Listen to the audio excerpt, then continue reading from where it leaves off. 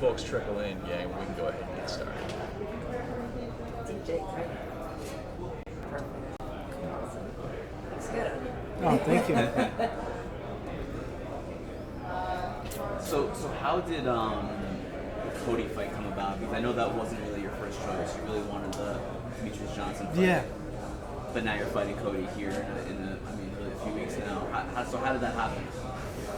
Yeah, man, I was chasing that Demetrious Johnson fight. You know, it just didn't seem like it really wanted to work itself out. So I feel like the next biggest hyped up fight was Cody. You know, the one that kind of made the most sense for the attention. You know, and just I don't know. There was a lot of drama behind it, so bring it back. You know. What was kind of the obstacle in the way of that DJ fight? It seemed like not only did you guys want it, but it seemed like the fans were kind of behind it. Dana was kind of behind it, and maybe it will happen someday. But why isn't it happening now? You know, I don't really know. I mean, I think that's a good question for Demetrious Johnson. You know, maybe he wanted some guaranteed money. Maybe wasn't willing to gamble on himself on the pay-per-view numbers. But as far as I was concerned, the fans wanted it, the UFC wanted it. Everyone knows I wanted it. You know, I respect Demetrious Johnson as a person and as an athlete, and that's kind of why I was chasing him down. He's got that target on his back, you know. He's got that pound-for-pound spot that I want to come in and take, you know. And not only to make the big bucks on a big fight, but for the legacy, you know. I mean, chasing that spot down. So really, I think it's a question for him why it didn't really happen, and now it's kind of crazy we'll be on the same card.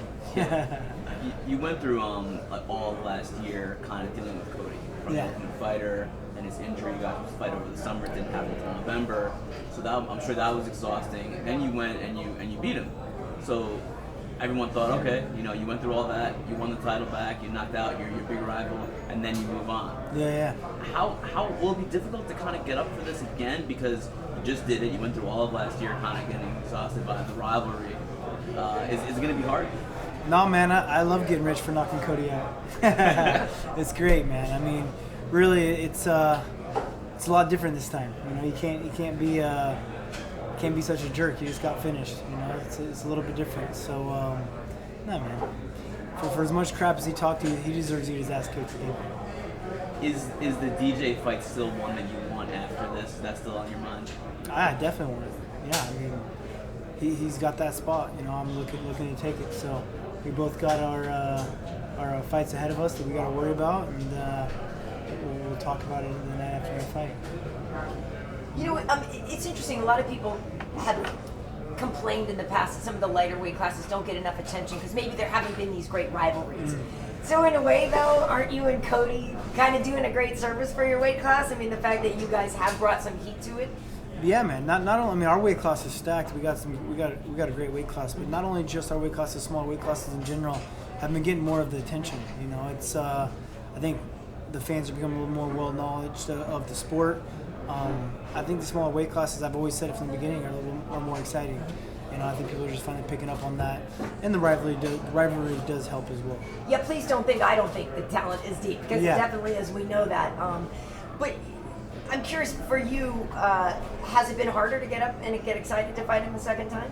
Nah, not at all. Not at all. I mean, defending your belt is all you need to get motivated, you know? I'm one of those guys that always has to be pulled back from being in the gym too much. So I'll always be motivated to continue to get better and to continue holding this belt. You know, I've lost it once and I wasn't happy about it.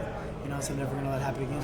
Yeah, does that bother you at all? Because you were really campaigning for a rematch, and you never got it, and then here comes, and he gets a rematch right away. That is a little frustrating, you know, like to go and lose a fight that you don't think you lost. A lot of people don't think you lost, a split decision, not get the rematch, and then, you know, Cody gets knocked out and gets the rematch. But, like I said, I think it's a great fight for me, so it makes the most sense.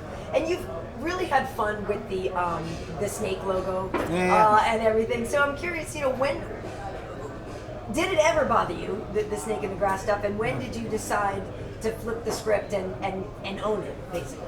Kind of had to instantly flip the script, you know? I mean, it came on so fast. I mean, anything Connor says is like gold now, you know? So you just got to flip it instantly.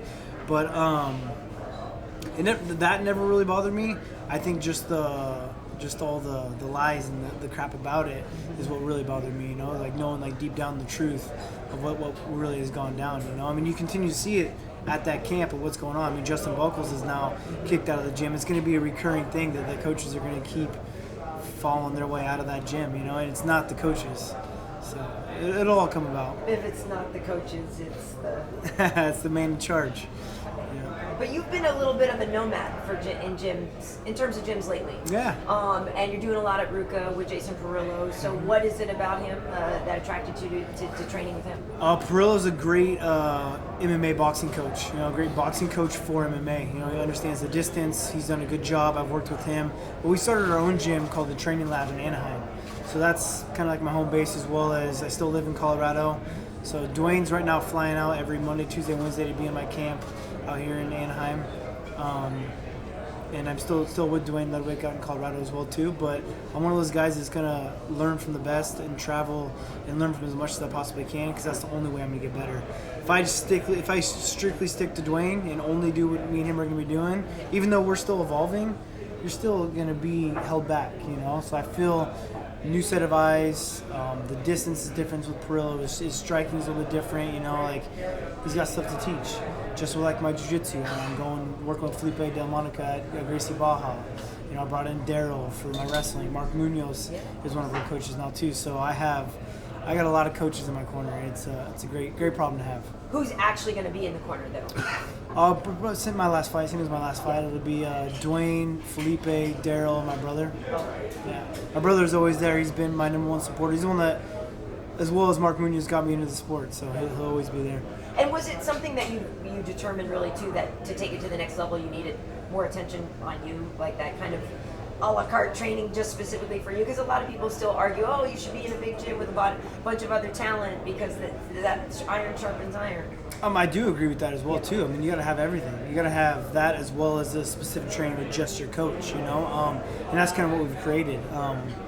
So I met a new coach, Sam Calavita. He's my strength conditioning coach, nutritionist, just a mad scientist with how the body works. And the gains I've seen from working with him have been unreal. I've been competing since I was 8 years old, and he's done some wonderful things with my body in the way my cardio and my strength, and just my body composition in general. I mean, he switched my lifestyle up.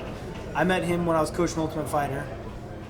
Juan Archuleta brought him in to kind of run through some of the guys, and so once I met him, I came down to Southern California and decided to build a camp around that. You know, and I'm from California, just had a kid, so I want to be back around family. But just all these things kind of lined up and just kind of happened, you know. And so we are creating that iron sharpens iron. We got Cub Swanson in our camp. We got Juan Archuleta, Aaron Pico, Ellenberg. We got a lot of guys that are coming in and training with us, as well as creating that environment of having more coaches than anything, you know. All the coaches I've listed, all those guys are getting better from them coaches as well too. So how do you beat Cody again then? Same way? Yeah, definitely can. You know, I think there's a lot of holes I didn't show as well too in his game that I finished in the second round, and I'm better everywhere. So that's the thing. I can take the fight in any direction to win this fight, and I still believe those same openings will be there. So I don't think he's as an intelligent fighter to switch up what he does. He did drop you in the first round, though, right? Yeah. So what did you do wrong to allow that to happen? Played a little bit into his game, you know, but I also beat him in his game too. You know, I took his best punch, coming into it, and I was able to bounce back from it. So one of those things, I seen his best weapon, and I was able to come back. So just be ready. Is the personal stuff with him still there, or is that now over after the last one? You know, it never really was personal with me and him. Like, I never had a personal. I mean, it became personal by the attacks and stuff, you know. But I don't have a hate for the guy. I do love beating him, you know, because he likes to run his mouth. I mean, the more you run your mouth, it's going to be that more enjoyable to beat you, you know. But I never had it wasn't like I was chasing this drama. I was getting away from it. I moved to Colorado and it followed me. So. Do you think it'll all come back though during fight week when you see some of the guys again from out? What will come back? It's just kind of those weird feelings, you know. You see some of the coaches and everything, and Urijah and those guys. I think that's all kind of withered its way out as well too, you know. I think the ones that bothered me the most were Justin Buchholz, and because he was a real good friend of mine when he was there, you know, and he's not even there anymore, you know. Showed some problems that were going on there. So I think it's behind me, you know. Have you spoken to Justin since he left? A little bit here and there, but you know, it's you cross the line with some things. It's hard to bring him in. You know, I mean, he's a great coach. I'd love to have him at my camp. You know, I wish he wouldn't have crossed the line the way he did, because I think he'd be a great guy to bring into my gym as well. You know, but it's one of those things that I felt like I don't know, man. Like the disrespect he had for Dwayne as well as myself, it's hard to forgive him for it. You know. Not sure if you heard, but Dominick Cruz actually picked you to win the rematch. So I'm curious about your reaction to a guy that you fought before and is a rival of yours. He's a smart man. He's good at picking apart fights, and yeah, man. I mean, I'm picking myself to win as well too, so I'm not surprised by it. And the UFC kind of announced that they're going to start bringing in, replacement guys, just in case people can't make weight. You're actually someone who kind of benefited from that once, when Joe Soto kind of filled in last minute when Brown hit his head. Who do you think should be the replacement fighter for this fight? That's a good question, man. I mean, whoever's healthy at the time. We got a great weight class. You got Moraes, who just knocked out Rivera, looked impressive. Cruz, unfortunately, hasn't fought since Cody, but he's always there too. We got a deep weight class, so there'll always be someone, You've won the belt twice now. Can you explain some of the differences between winning it the first time and winning it the second time, and maybe which one is, maybe not more special to you, but how there's definitely one that's more special. I mean, it'll never be beating Brow the first time, winning the belt and proving everyone that who I was and how good I was, and I kind of felt that I was champion the whole time. Even though, like all the stuff, I always told myself that I was still defending my belt. Every time I went out there I was fighting a sensei, the number one ranked guy, defending my belt.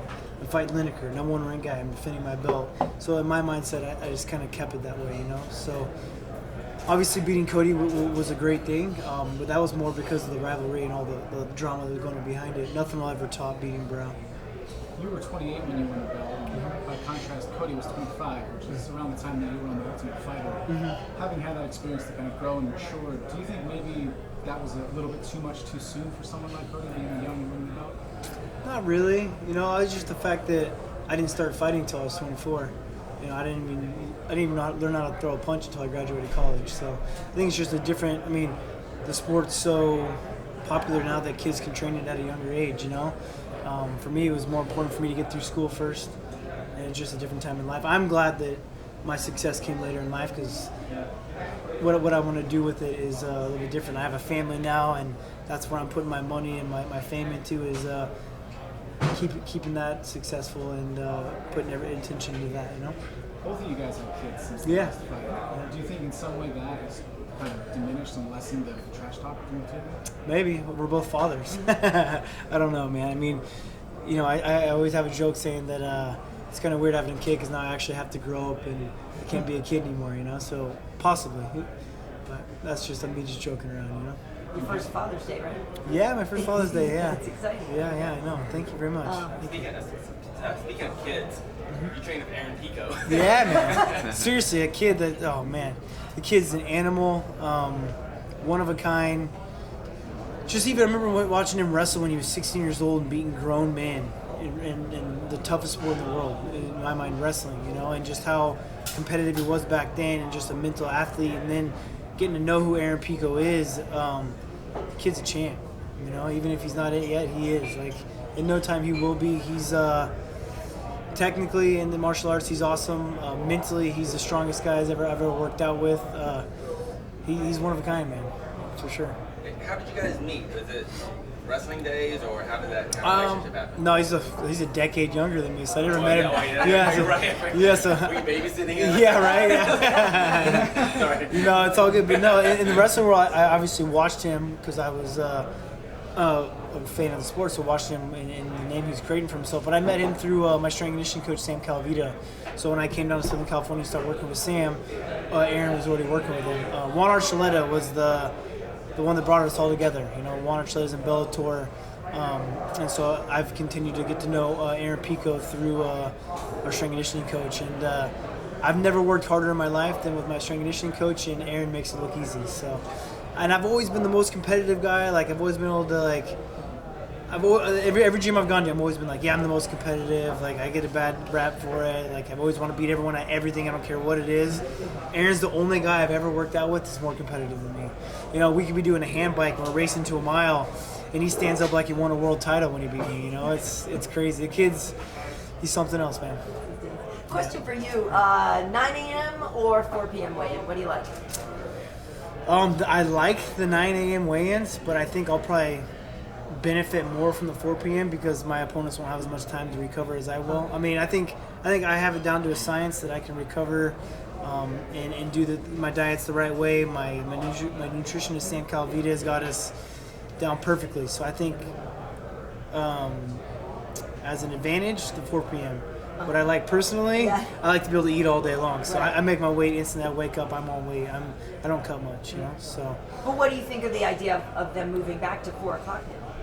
I think guys are gonna have less time to recover. I mean, I think maybe you got more time to make the weight. I don't know. It just never made sense to me why guys were missing weight more often when it was earlier weight. I guess not waking up and not having their weight in check. I'm not really sure. So maybe we'll miss weight less, but have less time to recover. Have you been told at all what your weigh-in is going to be for UFC 227? Because the fight is coming up pretty quick. That's 7 weeks. No, I haven't been told. I'm sure I'll see what the show's in front of me. But that thing, my weight's in check, so I'm not really too worried about it. Whatever way they decide to go with it, I'll be fine. Are you surprised that Dom Cruz, you were talking about him before, hasn't fought since that Cody fight? And was he ever on the table for an opponent for you for the title? No, I'm not surprised because this has happened to him before. You know? He's had these long layoffs. He's been injured a lot, so definitely not a surprise. But his name will always be up there because of what he's done, you know. So, and the fight that we had, and the controversial decision in my mind. So yeah, I mean he'll always be up there, but not a surprise that he hasn't fought. Yeah. Do you feel like you'll probably see him still down the line? That'll still be a fight for you? Maybe, man. He's still got to come back and prove himself, you know? There's no way I'm giving him a rematch without fighting someone else, you know? I mean, that guy made me go through the ranks, so we'll see. Not that you want to consider losing, but, I mean, a trilogy fight would happen for sure, I would imagine, if Oh, there's no trilogy. I'm winning. Yeah. There's no ifs, ands, or buts. Yeah. Is there any significance to the necklace, the pendant? Oh, no, my wife bought it for me. It's just Hercules. Oh. Yeah. I wasn't sure. Yeah. And I was wondering if you were a natural blonde, but you are because your eyebrows are blonde. I'm feeling like you're loving Southern California. Yeah, the tan and the blonde hair has definitely come out being in Southern California. No, natural. Yeah. No, I don't. Yeah. How did this Dillashaw shirt come to be? It's a picture of you as a kid, right? Oh yeah, that was a joke, man. It started off as a joke. My manager, people love it. I know. My manager was like making my website, and he was like making up some mocks of T-shirts, and that was like just a joke. He put it on there, and my wife's like, "Oh, I want that shirt. Can you ask him to like really make that? I want that shirt." He's like, "Dude, we should put it out there and see if anybody else wants." Like, no, don't do that. Like, I told him no, I didn't want him to do it, and we posted it, and everyone wanted it, so we decided to make a limited edition of them, you know. So did it sell out? Oh yeah, instant, like within 20 hours. Yeah. Nice. Are you gonna print more, or is that it? Oh, I think we'll print them maybe a little bit more when we get closer to the fight. But, yeah. You mentioned this a little bit before. You mentioned Marlon Moraes' victory and stuff. So when you look at the top of the ladder and stuff, a lot of those people you have fought, but is he somebody that you figure is due for a title shot? I mean, once you beat Cody, you would entertain Moraes next, or what? I mean, possibly. I mean, he does have a loss against Sinsal as well too, so it's always like that weird situation. But yeah, I mean, absolutely. Yeah. He's got to keep your eye on him, right? He's looking impressive. He was impressive before he got in the UFC, so it's a guy that me and Dwayne have definitely looked into. Yeah. But would you rather stay at 35 or look for a super fight somewhere? Man, I would love to fight Demetrious Johnson. Yeah, of course. You know, I mean, that's the fight I've been chasing down. But look, man, if I'm healthy, I'm training, I'll fight whoever's in front of me. You know, I don't want to wait too long. And you mentioned before that you can make 25. Yeah. So are you certain of that? 100%. Yeah. So I was told like last summer when Cody pulled out of the fight, Dana told me like, all right, you want Demetrious Johnson? That fight's gonna happen. I had 3 weeks, and I got my weight down to waking up at 140 pounds.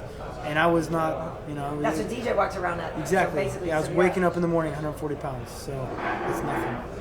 Would you also fight him if he came up? Like, let's say he came up 35? Yeah, I mean, absolutely. I would love to do it at 25s because I don't want the excuse of me being the bigger man. You know, I don't want like, oh, the only reason why he beat me is because he's bigger than me. I can make your weight. I'm not bigger than you, you know? So that's why I'd want it that way. Would you consider a non-title fight at 125 just to prove that you can make it? Sure. I mean, as long as I'm getting paid as a champion. That You know what seems to I be mean? one of his stipulations that he doesn't want to take the fight unless you can prove. He's gonna create all these stipulations. I think it's more of not wanting to take the fight. You know, it's always something.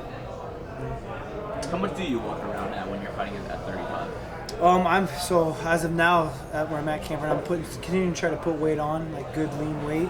Right now I'm waking up, 153, sometimes 55, just depends, But that's me trying hard, eating a lot and lifting heavy. So.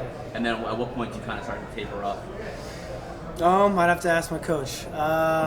He has me taper off a little bit sooner, but that's because we're putting on some solid mass now. My body composition is completely different. I mean, I walk around with like 6% body fat now, so it's a little bit different. It takes a little bit more time to lose muscle than it would to lose fat. And what do you arrive at at the fight week on Tuesday? What are you usually at? Shoot, I used to show up a little bit heavier then too, so I'll probably at the most 10 pounds. It's not so bad. Yeah. So it's barely even, not even that much of a water cut, just pretty. Yeah, just a little bit of water, yeah. Obviously, there's some big fights going on before your fight. You're looking to be a champ someday. Do you think DC's going to get it done, or do you think you can beat Stipe? I actually do. Yeah, I've been picking DC to win. Great fight. A lot of respect for Stipe as well. I just think that he's never seen the wrestling that Daniel's going to bring to the table. And I think Daniel's really liking the weight class too. He did great at Strikeforce at heavyweights. I think he's going to do great at heavyweights in UFC, and I think he's the strength behind his wrestling is a lot to handle, and I think it's going to be enough to get him to win.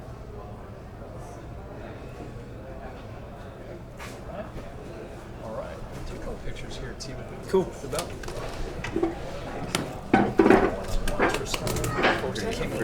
Come on the phone.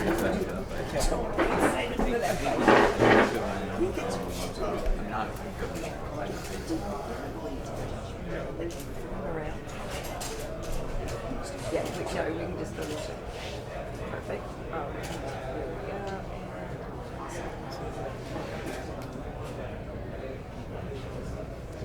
we go. Yeah.